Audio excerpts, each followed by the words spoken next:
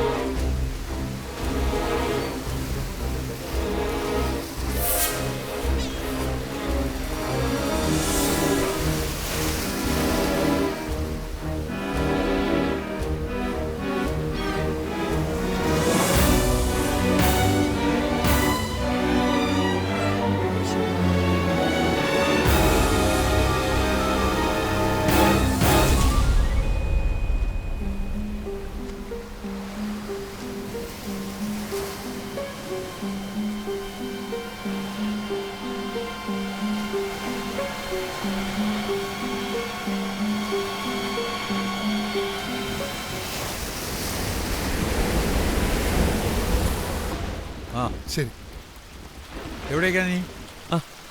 ഞാൻ അഞ്ജലി കൂട്ടിയിട്ട് വരാം. സൂക്ഷിച്ചു പോണം, കാറ്റും മഴയും കൂടി വരിക. ആ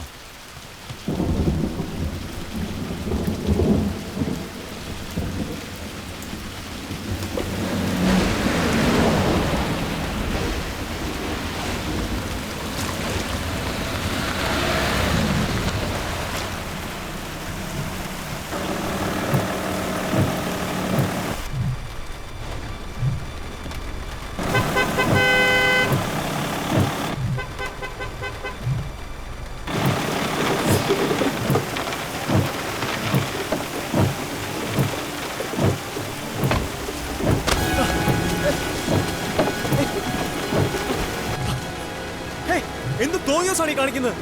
എത്തേണ്ട അടുത്ത് എത്തും പറയും.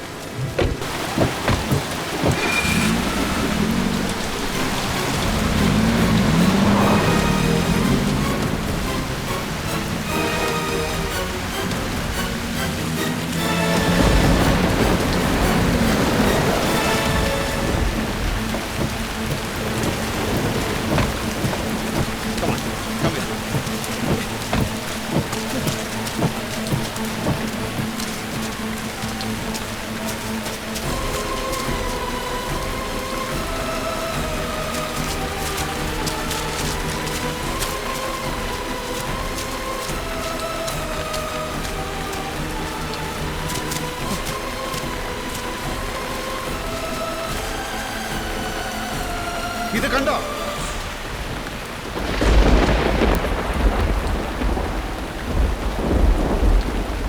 മരിച്ചത് ഗീതയല്ല, അഞ്ജലിയാണ്. ഇപ്പൊ നിന്റെ മുമ്പിൽ കിടന്ന അഞ്ജലി എന്ന് പറഞ്ഞ് നാടകം കളിക്കുന്നത് അഞ്ജലി അല്ല, ഗീതയാണ്. ആദ്യമായി അവളെ കണ്ടപ്പോൾ തന്നെ അവൾക്കുള്ളിൽ എന്തിനെക്കുറിച്ചുള്ള ഭയമുള്ളതായി എനിക്ക് തോന്നി. ആ ഭയം അവളെ വല്ലാതെ അലട്ടുന്നുണ്ടായിരുന്നു. പാപഭാരവും കുറ്റബോധവും കൊണ്ട് ഉണ്ടാവുന്ന ഒരു മാനസിക വിഭ്രാന്തി, delusion by guilt and sin, അങ്ങനെ ഒരു അസുഖമാണിത്. അതിൻ്റെ വേരുകൾ കണ്ടെത്താനാണ് ഞാൻ അവളുടെ സഹോദരി എങ്ങനെയാണ് മരിച്ചതെന്ന് അവളോട് തന്നെ ചോദിച്ചത്. പക്ഷെ അവൾ പറഞ്ഞ കഥ അത്ര വിശ്വസനീയമായിരുന്നില്ല. അതിയായ കുറ്റബോധം മനസ്സിനെ ബാധിക്കുമ്പോൾ ഉണ്ടാകുന്ന ഭയം, ചില പ്രതിബിംബങ്ങൾ ആ വ്യക്തിയുടെ മനസ്സിൽ പ്രതിഫലിപ്പിക്കും. അത് കൺമുന്നിൽ കാണും. അതിനെ പ്രേതമെന്നോ പിശാചെന്നോ യക്ഷിയെന്നോ എന്ത് വേണേലും വിളിക്കാം. പിന്നെ കദളിക്കാട്ട് തിരുമേനി അവളുടെ നെറ്റിയിൽ കുരിശു വെച്ച് പ്രാർത്ഥിച്ചപ്പോൾ കർത്താവിനോടുള്ള മനസ്സിലെ ഭക്തിയും വിശ്വാസവും കൊണ്ട് അത് അവളെ താൽക്കാലികമായി ആശ്വസിപ്പിച്ചു. അവളുടെ കുറ്റബോധത്തിന്റെ ആഴത്തിലെത്താനുള്ള എൻ്റെ ശ്രമം വഴിമുട്ടി നിന്നപ്പോഴാണ് അന്വേഷണത്തിന്റെ ഒരു പുതിയ വഴിത്തിരിവായി വാസു മരിച്ച ഗീതയെ കണ്ടു എന്ന് പറഞ്ഞത്. അപ്പോൾ എൻ്റെ മുന്നിൽ ഉദിച്ച അടുത്ത ചോദ്യം ഗീത ജീവിച്ചിരിക്കുന്നോ മരിച്ചോ എന്നതായിരുന്നു. പക്ഷെ വാസുവിലൂടെ അത് കണ്ടുപിടിക്കാനുള്ള എൻ്റെ ശ്രമം തടയുകയായിരുന്നു അവളുടെ ഉദ്ദേശം. അങ്ങനെ വാസുവിനെ പള്ളിയിലേക്ക് വിളിച്ചു വരുത്തി മറ്റൊരാളുടെ സഹായത്തോടെ അയാളെ കൊല്ലുകയായിരുന്നു അവൾ ചെയ്തത്. ആ കൊലപാതകി തമ്പിയായിരുന്നു. അയാൾ എൻ്റെ കയ്യിൽ അകപ്പെടുമായിരുന്ന ചുറ്റുപാടിലാണ് എൻ്റെ ശ്രദ്ധ തിരിച്ച് അവൾ അയാളെ രക്ഷപ്പെടാൻ അനുവദിച്ചത്.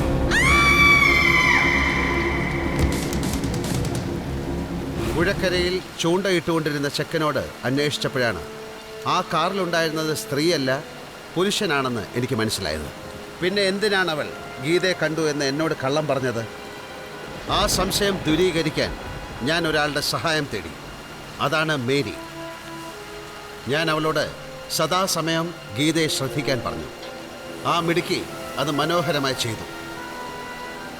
ഗീതയും അഞ്ജലിയും തമ്മിൽ എല്ലാവർക്കും അറിയാവുന്ന ഒരു വ്യത്യാസം മാത്രമേ എനിക്കും അറിയാമായിരുന്നുള്ളൂ. ഒരാൾക്ക് കാഴ്ച കുറവുണ്ടായിരുന്നു. അഞ്ജലിക്ക് അത് ഉണ്ടോ എന്ന് കണ്ടുപിടിക്കാനായിരുന്നു പിന്നെ എൻ്റെ ശ്രമം. അതിനും ഞാൻ മേരിയുടെ സഹായം തേടി.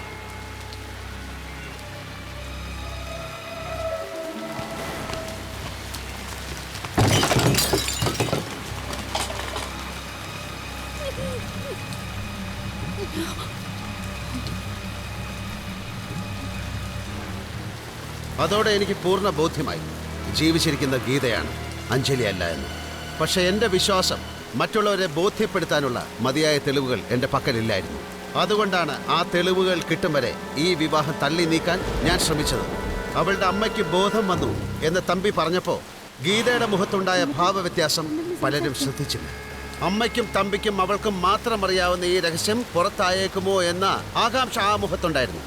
അതോടെയാണ് തമ്പിയുടെ മരണമെന്ന അത്യാഹിതം സംഭവിച്ചത്. അതൊരു ഷ്രൂഡ് ക്രിമിനലിന്റെ ബുദ്ധിയായിരുന്നു. കടലിൽ നിന്ന് വന്ന് കൊല ചെയ്ത് കടലിലേക്ക് തിരിച്ചുപോയ ആ കൊലപാതകയെ തേടി ഞാൻ തിരയിലൂടെ നടന്നു. അയാൾ ഇറങ്ങി വന്ന വഴിയും കയറിപ്പോയ വഴിയും ഞാൻ കണ്ടു. അതും ഗീതയായിരുന്നു എന്ന് ഊഹിച്ചെടുക്കാൻ വലിയ പ്രയാസമുണ്ടായില്ല. പോലീസ് റിപ്പോർട്ടിൽ തുറന്നു വെച്ച ഗ്യാസിൽ നിന്ന് തീ പടർന്നാണ് അയാൾ മരിച്ചതെന്ന് വ്യക്തമാക്കിയിട്ടുണ്ട്. തമ്പി പുറത്തുപോയ സമയം അടുക്കളയുടെ ജനലിലൂടെ കുക്കിംഗ് ഗ്യാസ് തുറന്നു വിടുകയായിരിക്കണം അവൾ ചെയ്തത്. മുറി നിറഞ്ഞു നിന്ന ഗ്യാസ് സ്വിച്ചിട്ടപ്പോഴോ അടുപ്പോ വിളക്കോ കത്തിച്ചപ്പോഴോ തമ്പിയുടെ പുറത്ത് കത്തിപ്പിടിച്ചു. അതോടെ അവൾക്കും തമ്പിക്കും അറിയാമായിരുന്ന രഹസ്യവും അവിടെ അവസാനിച്ചു. ആ ക്രിമിനൽ ബുദ്ധി ഒരു ചുറ്റുപാടിൽ നിന്നുണ്ടായതല്ല, ജന്മസിദ്ധമാണെന്ന് ഞാൻ മനസ്സിലാക്കിയത് ഗീതയും അഞ്ജലിയും പഠിച്ച സ്കൂളിൽ ചെന്നപ്പോഴാണ്. അഞ്ജലി ഗീതയേക്കാൾ എന്നും മുന്നിലായിരുന്നു, കലയിലും പഠിത്തത്തിലുമല്ല. ആ ഇൻഫീരിയോറിറ്റി കോംപ്ലക്സ് അവളിൽ ഒരുതരം അസൂയയും വിദ്വേഷവും വളർത്തി. കളിയാക്കിയ സഹപാഠിയെ ജോമെട്രി ബോക്സിലെ കോമ്പസ് കൊണ്ട് മാരകമായി കണ്ണ് കുത്തിപ്പൊട്ടിക്കുകയും സ്കൂളിലെ പ്രോഗ്രസ് കാർഡിൽ കള്ള ഒപ്പിടുകയും അങ്ങനെ ചെറിയ വലിയ കുറ്റകൃത്യങ്ങൾ ചെയ്ത് ഒരു ക്രിമിനലായി മാറുകയായിരുന്നു ഗീത. അന്നമ്മ വീണ ദിവസം, വാസു ഗീതയെ കണ്ടു എന്ന് പറഞ്ഞ ദിവസം അവൾ എവിടെയായിരുന്നു എന്ന് ബോംബെയിൽ വിളിച്ച് ഞാൻ അന്വേഷിച്ചു. ഊട്ടിയിൽ ഒരു പരസ്യ ചിത്രത്തിൻ്റെ ഷൂട്ടിങ്ങിനെത്തിയ അവൾ രാത്രി ആരും അറിയാതെ ഒരു കാറ് വാടകയ്ക്കെടുത്ത് ഇവിടെ അവളുടെ അമ്മയെ കാണാനെത്തി. പിന്നെ നടന്നത് എന്താണെന്ന് വ്യക്തമല്ലെങ്കിലും അന്നമ്മയ്ക്ക് സംഭവിച്ച അപകടത്തിന് പിന്നിലും അവൾക്ക് പങ്കുണ്ട്.